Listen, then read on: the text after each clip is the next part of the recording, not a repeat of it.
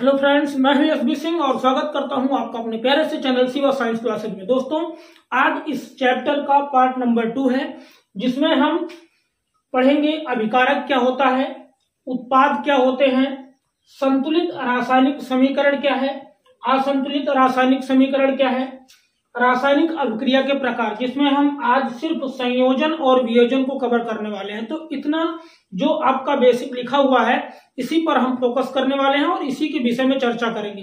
कहते हैं hard work is the key of success, कठिन परिश्रम ही सफलता की कुंजी है। तो आप लोग मेहनत के साथ हमारे चैनल से जुड़ जाइए और आपको पर डे इसी तरह से पार्ट वाइज वीडियो दिए जाएंगे। थोड़ा थोड़ा आपको पढ़ना है, ज्यादा आपको लेके नहीं चलना है और अच्छे से जो भी आपको तैयार करना है, जो भी आप पढ़ते हो, जो भी वीडियो देखते हो, जितना उस वीडियो में कवर किया गया है उतना आप एक दिन में कोशिश करो कि कंप्लीट कर लो। और साथ में जो हम बोल रहे हैं उसे सुन के आप नोट्स भी बनाते चलिए, जिससे आपका सिलेबस भी कंप्लीट होता चले। तो चलिए देर न करते हुए स्टार्ट करते हैं आज का अपना ये वीडियो। यहाँ पर लिखा हुआ है अभिकारक। अभिकारक कल की वीडियो में जिसने नहीं देखा है पार्ट नंबर 1 अभी इस वीडियो के डिस्क्रिप्शन में हम दे देंगे, वहां से आप पार्ट नंबर 1 देख लीजिएगा कि उसमें क्या क्या बताया गया है। उसमें हमने बेसिक बताया था कि रासायनिक समीकरण क्या है और रासायनिक अभिक्रिया किसे कहते हैं। तो उसी में आपको समझना है कि अभिकारक क्या होता है। तो अभिकारक को समझने के लिए हम यहाँ पर एक रिएक्शन लिख रहे हैं, CaO प्लस, ये रिएक्शन आपका बन जाएगा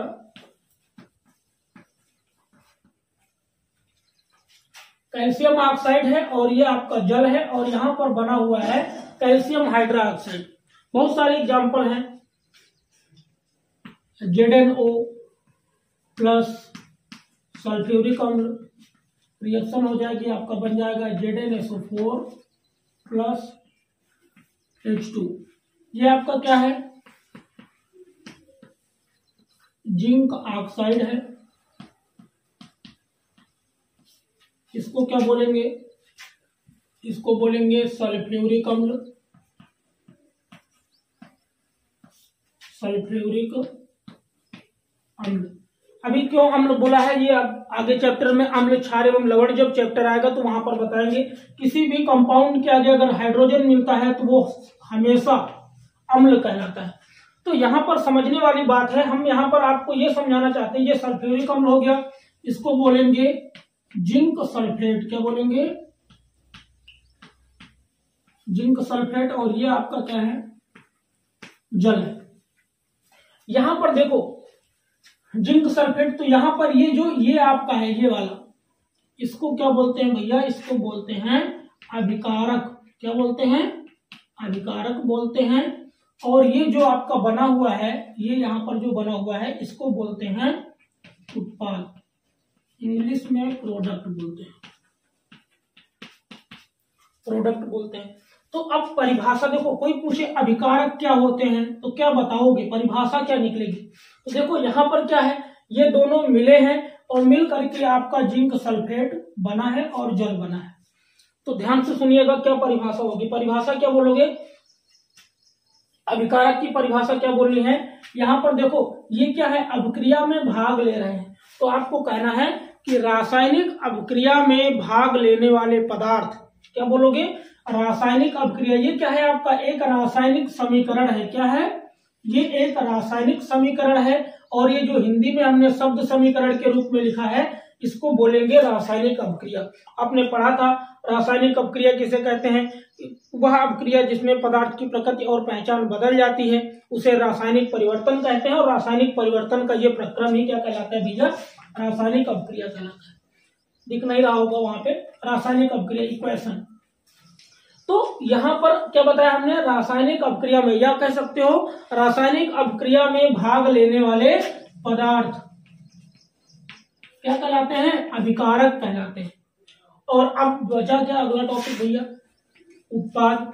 तो अभिकारक के द्वारा बनने वाले नए पदार्थ क्या बनेंगे, ये जो पदार्थ बना है यहाँ पर नया बना है, नया है कि नहीं भाई, नाम चेंज हो गया ना। यहाँ पर जिंक ऑक्साइड था, सल्फ्यूरिक अम्ल था, बन गया जिंक सल्फेट। जिंक सल्फेट बना कैसे भाई, ये H2 जो है वो O लेकर के यहाँ चला आया तो जल बन गया और ये SO4 यहाँ पे आ गया, तो हो गया जिंक सल्फेट हो गया। जिंक सल्फेट बन गया मतलब कि नया पदार्थ बन गया। यहाँ पर पदार्थ दूसरा था, यहाँ पर नया पदार्थ बना, तो आपको कहना है कि अभिकारक के द्वारा बने नए पदार्थ क्या कहलाते हैं? उत्पाद कहलाते हैं या प्रोडक्ट कहलाते हैं। बात समझ में आया? रासायनिक अपक्रिया में भाग लेने वाले पदार्थ अभिकारक कहलाते हैं और रासायनिक अपक्रिया में अभिकारक के द्वारा बने नए पदार्थ क्या कहलाते हैं भैया? उत्पाद कहलाते हैं। कोई दिक्कत? इतना कंफर्म हो गया।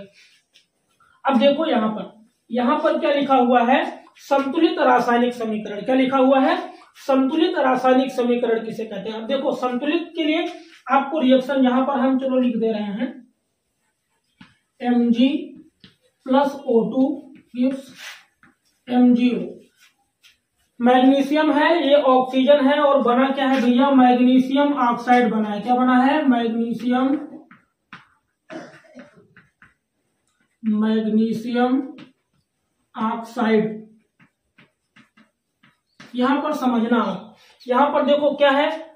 मैग्नीशियम अकेले है और यहां पर ऑक्सीजन की कितने परमाणु? 2 परमाणु। तो यहां पर क्या है? अकेला है। क्या ये बैलेंस है? संतुलित है? संतुलित का मतलब क्या होता है? बैलेंस होना।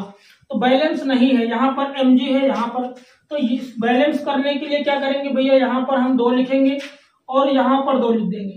तो देखो यहाँ पर 2 लिखा तो मैग्नीशियम भी 2 हो गया, मैग्नीशियम भी 2 हो गया और उसके बाद देखो ऑक्सीजन भी 2 हो गया। तो यहाँ पर ये 2 हो गया, ऑक्सीजन 2 हो गया, मैग्नीशियम 2 हो गया। तो यहाँ पर भी ये क्या हो गया? अब इसे हम बोलेंगे कि ये भैया जो है वो संतुलित हो गया। क्या हो गया है? पहले समझो संतुलित है क्या? संतुलित हो गया है। तो ये संतुलित है। अब संतुलित क्या है? क्योंकि मैग्नीशियम यहाँ पर 2 है, यहाँ पर भी 2 है, ऑक्सीजन 2 है, यहाँ पर भी ऑक्सीजन क्या हो गया? 2 हो गया। इसके पहले ये संतुलित नहीं था, तो इसके पहले संतुलित नहीं था, तो ये हो गया आपका संतुलित, मतलब बैलेंस हो गया। बैलेंस का मतलब देखो यहाँ पर संतुलित रासायनिक समीकरण मतलब कि ये जो इधर वाला पार्ट है इसको क्या बोलेंगे भैया? इसको अभी आपने पढ़ा है, इसको हम बोलते हैं अभिकारक। क्या बोलते हैं?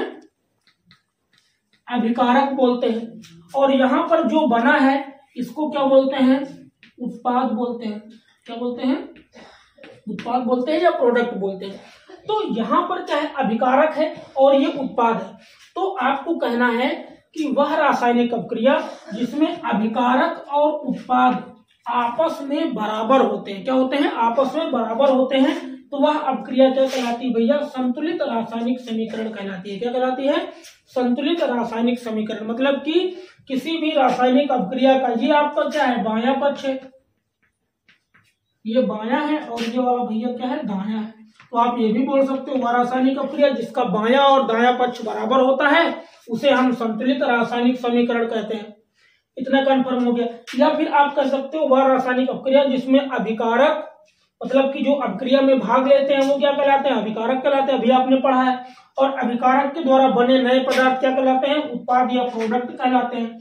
तो जब कोई रासायनिक अपक्रिया लिखी हो तो आपको चेक करना है कि क्या दोनों पक्ष बराबर हैं। अभिकारक और उत्पाद बराबर हैं, तो अभिकारक और उत्पाद अगर बराबर हैं तो वो रासायनिक समीकरण क्या है? संतुलित है। अगर बराबर नहीं है, ये कंडीशन देखो यहाँ पर जो अभी पहले लिखा था Mg प्लस O2 गिव्स बना था MgO। तो यहाँ पर देखो ऑक्सीजन 2 है, यहाँ पर ऑक्सीजन अकेला है। इसका मतलब ये संतुलित नहीं है। इसे बोलते हैं असंतुलित रासायनिक समीकरण या असंतुलित समीकरण। इसका एक दूसरा नाम भी है भैया, इसे कंकाली समीकरण भी बोलते हैं। कंकाली समीकरण मतलब कि वह रासायनिक अपक्रिया जिसमें अभिकारक और उत्पाद आपस में बराबर नहीं होते हैं उसे हम असंतुलित समीकरण या कंकाली समीकरण के नाम से जानते हैं। तो इतनी बात आपको कंफर्म हो गई होगी कि अभिकारक क्या होते हैं? अपक्रिया में भाग लेने वाले पदार्थ अभिकारक कहलाते हैं। अभिकारक के द्वारा बने नए पदार्थ उत्पाद कहलाते हैं। कोई भी रासायनिक अपक्रिया होगी तो उसमें अभिकारक और उत्पाद जरूर होंगे। बिना अभिकारक उत्पाद के रासायनिक अपक्रिया नहीं होगी। अगर अभिकारक ही भाग लेने वाले पदार्थ ही नहीं होंगे तो अपक्रिया संभव ही नहीं है, पॉसिबल ही नहीं है। उत्पाद हो गया, अभिकारक हो गया। उसके बाद क्या हुआ भैया, संतुलित रासायनिक समीकरण मतलब वह रासायनिक अपक्रिया जिसमें अभिकारक और उत्पाद आपस में बराबर होते हैं, उसे हम संतुलित रासायनिक समीकरण के नाम से जानते हैं। उसके बाद असंतुलित समीकरण बताया हमने कि वह रासायनिक अपक्रिया, जैसे ये कंडीशन है, ये एग्जाम्पल आप लिख देना। असंतुलित समीकरण में क्या होगा, अभिकारक और उत्पाद आपस में बराबर नहीं होंगे तो उसे बोलेंगे असंतुलित रासायनिक समीकरण। क्वेश्चन पूछता है कि संतुलित रासायनिक समीकरण मतलब कि किसी भी रासायनिक अपक्रिया को संतुलित करना क्यों आवश्यक है। बात ध्यान से सुनना हमारी, पूछेगा पेपर में कि किसी भी रासायनिक अपक्रिया को संतुलित करना क्यों आवश्यक है। अगर संतुलित ना करें तो क्या होगा, तो यहां पर आपको इतना समझ लेना है, इसमें आपको लिख देना है द्रव्यमान संरक्षण के नियम को बनाए रखने के लिए, द्रव्यमान संरक्षण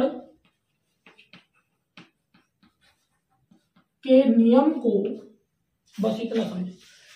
संतुलित करना क्यों आवश्यक है, पूछता है कि रासायनिक समीकरण को संतुलित करना क्यों आवश्यक है, तो आपको बोलना है द्रव्यमान संरक्षण के नियम को बनाए रखने के लिए समीकरण को संतुलित करना आवश्यक होता है। ये क्वेश्चन पूछा गया है 2 नंबर में कि समीकरण को संतुलित करना क्यों आवश्यक है, या फिर पूछेगा रासायनिक समीकरण से आप क्या समझते हैं, समीकरण को संतुलित करना क्यों आवश्यक है, 4 नंबर में क्वेश्चन पूछे।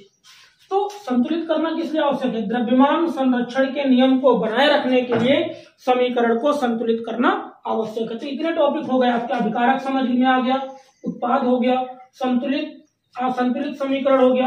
अब हम ये आप नोट डाउन कर लीजिए, उसके बाद हम आगे आपको बताते हैं। इसको आप नोट डाउन कर लीजिए, आगे बताते हैं। चलिए अब हम देखते हैं रासायनिक अपक्रिया का प्रकार। रासायनिक अपक्रिया के प्रकार में हमने पहला हेडिंग लिख रखा है, पहली हेडिंग क्या है भैया, संयोजन अपक्रिया। कौन सी अपक्रिया, संयोजन। देखो इसमें बच्चे कंफ्यूज होते हैं, संयोजन जो होता है, संयोजन का एक दूसरा नाम भी होता है जिसे हम योगात्मक अपक्रिया कहते हैं दोस्तों, योगात्मक अभिक्रिया। और एक नाम है जिसे हम बोलते हैं संकलन अपक्रिया,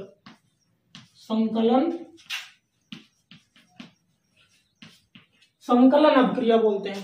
पहला क्या है, संयोजन अपक्रिया, दूसरा क्या है, योगात्मक अपक्रिया। पेपर में ज्यादातर जो पूछा जाने वाला क्वेश्चन है वो यही पूछता है, संकलन अपक्रिया, क्योंकि इसमें बच्चे गेस नहीं कर पाते। देखो संयोजन का मतलब सीधा सा होता है, एकदम सरल लैंग्वेज में कहें तो जोड़ना। संयोजन का मतलब क्या होता है, जोड़ना। योगात्मक का मतलब भी यही है, प्लस करना। संकलन से कम गेस होता है, इसीलिए पेपर में ज्यादातर यही पूछता है कि संकलन अपक्रिया से आप क्या समझते हैं। तो यहाँ पर अब आपको समझना है संयोजन का मतलब क्या बताया हमने, जोड़ना। जैसे यहाँ पर हम एक रिएक्शन लिख देते हैं S+O2 SO2, ये आपका क्या है भैया, सल्फर है, ये आपका क्या है, ऑक्सीजन है, ऑक्सीजन है, और ये आपका हो जाएगा सल्फर डाइऑक्साइड, सल्फर डाइऑक्साइड हो गया। तो देखो यहाँ पर ये क्या है, ये अभी मैंने बताया है, ये जब जोड़ोगे ये दोनों क्या कहलाएंगे, अभिकारक कहलाएंगे, अभिकारक। और ये जो बना है भैया ये क्या है, उत्पाद है। अब परिभाषा देखो कैसे बनाएंगे, एकदम सरल है। संयोजन अपक्रिया कभी भी आप भूलोगे नहीं। संयोजन अपक्रिया का मतलब क्या होता है, जोड़ना। तो परिभाषा क्या बोलोगे, वह रासायनिक अपक्रिया, वह रासायनिक अपक्रिया जिसमें दो है कि नहीं, 2 या 2 से अधिक अभिकारक मिलकर, 2 या 2 से अधिक अभिकारक मिलकर एकल का मतलब क्या होता है, एकल का मतलब होता है अकेले, एकल का मतलब अकेले, मतलब सिंगल हो गया, मतलब कि ये अकेला ही है। तो यहां पर क्या है कि वह रासायनिक अपक्रिया जिसमें 2 या 2 से अधिक अभिकारक आपस में जुड़कर या आपस में मिलकर एकल उत्पाद का निर्माण करते हैं, तो वह अपक्रिया संयोजन या योगात्मक या संकलन अपक्रिया कहलाती है। कोई दिक्कत है भैया, एकदम सरल भाषा में हमने बताया कि जब 2 या 2 से अधिक अभिकारक आपस में मिलकर एकल उत्पाद का निर्माण करते हैं तो वह अपक्रिया संयोजन या योगात्मक या फिर संकलन अभिक्रिया कहलाती है। तो ये तीनों नाम एक ही है, कंफ्यूज नहीं होना कि पेपर में योगात्मक पूछे या संयोजन पूछे या संकलन अभिक्रिया पूछे, कंफ्यूज नहीं होना है। तो ये इतनी बात हो गई संकलन अभिक्रिया। अब दूसरा आता है भैया वियोजन। क्या आता है? वियोजन। वियोजन अभिक्रिया को का मतलब क्या होता है भैया? वियोजन का मतलब होता है टूटना। वियोजन का मतलब टूटना। जैसे एग्जाम्पल लिख लेते हैं,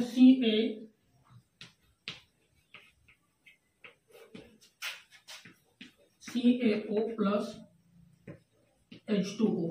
अभी हमने रिएक्शन लिखी थी इसके पहले। इसको क्या बोलेंगे? कैल्शियम हाइड्रोक्साइड है, कैल्शियम ऑक्साइड है और जल है। यहां पर देखो टूटना मतलब कि ये क्या है? ये आपका जो अभिक्रिया में भाग लेते हैं उसे हमेशा हम क्या बोलते हैं? अभिकारक बोलते हैं। क्या बोलते हैं? अभिकारक बोलते हैं। देखिए आ रहा है कि नहीं आ रहा? नहीं आ रहा, थोड़ा आगे ऊपर लिख देते हैं। ये आपने नोट डाउन कर लिया होगा, इसे हम हटा देते हैं। इसको आप नोट डाउन कर लीजिए, उसके बाद हटाते हैं। ये हम हटा देते हैं, संकलन योगात्मक हटा देते हैं। यहां पर लिखते हैं, यहां पर अच्छे से समझ लें क्या है भैया? वियोजन अभिक्रिया। वियोजन, वियोजन का मतलब हमने बताया क्या होता है? टूटना। वियोजन का मतलब क्या होता है? टूटना। रिएक्शन लिखते हैं CaOH का होल ट्वाइस और उसके बाद बनेगा क्या? कैल्शियम ऑक्साइड बनेगा प्लस आपका बनेगा जल। इसको क्या बोलेंगे? Calcium hydroxide. और ये जो अभिक्रिया के पहले है उसे हम हमेशा क्या बोलेंगे? अभिकारक बोलेंगे। क्या बोलेंगे? अभिकारक। और ये जो बना है भैया इसको क्या बोलेंगे? उत्पाद बोलेंगे। तो अब क्या होगा? ये वियोजन का मतलब क्या होता है? टूटना। वियोजन का मतलब टूटना। तो आपको क्या बोलना है? वह रासायनिक अभिक्रिया जिसमें एकल, अकेले ही तो है, जब एकल अभिकारक टूटकर दो या दो से अधिक नए उत्पाद बनाते हैं। वियोजन का मतलब क्या है? टूटना। हमने क्या बताया? वह रासायनिक अभिक्रिया जिसमें एकल अभिकारक टूटकर दो या दो से अधिक नए उत्पाद बनाते हैं, उसे हम बोलते हैं वियोजन अभिक्रिया। क्या बोलते हैं भैया? वियोजन अभिक्रिया। तो ये था आज का आपका जो टॉपिक, जिसमें हमने इतनी बातें कवर की। अभिकारक क्या होता है, उत्पाद क्या होते हैं, संतुलित रासायनिक समीकरण क्या है, असंतुलित रासायनिक समीकरण क्या है।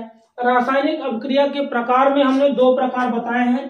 कल आपका द्विविस्थापन संयोजन हो गया है, वियोजन हो गया, द्विविस्थापन बचा है, ऊष्माक्षेपी ऊष्माशोषी अभिक्रिया, संक्षारण, विकृत गंधिता, अपचयन, उपचयन। ये सारे टॉपिक कल के वीडियो में कवर होंगे। फिर आपको सिखाया जाएगा कि समीकरण को किस प्रकार से संतुलित करते हैं। तो यहाँ पर आज के टॉपिक में कल तो बेसिक फंडामेंटल था, बेसिक बातें आपको बताई थी कि रासायनिक अभिक्रिया क्या है, रासायनिक समीकरण क्या है, परिवर्तन कितने प्रकार के होते हैं, ये सारी बातें। आज के टॉपिक में हमने इतनी सारी बातें आपको बताई कि अभिकारक क्या है, उत्पाद क्या है, संतुलित रासायनिक समीकरण क्या है, असंतुलित समीकरण क्या है, संतुलित करना क्यों आवश्यक है, रासायनिक अभिक्रिया के प्रकार में संयोजन और वियोजन बताया। तो वियोजन आपकी बात समझ में आई होगी। वियोजन का मतलब होता है टूटना। जब वह रासायनिक अभिक्रिया जिसमें एकल अभिकारक टूटकर दो या दो से अधिक नए उत्पाद बनाता है, उसे हम भैया वियोजन अभिक्रिया बोलते हैं। सेम इसका अपोजिट कर दोगे तो अगर इसको उधर रख देंगे हम ये वाला और प्लस, तो ये आपका बन जाएगा, ये बन जाएगा। तो यहां पर क्या हो जाएगा? ये संयोजन का एग्जाम्पल है।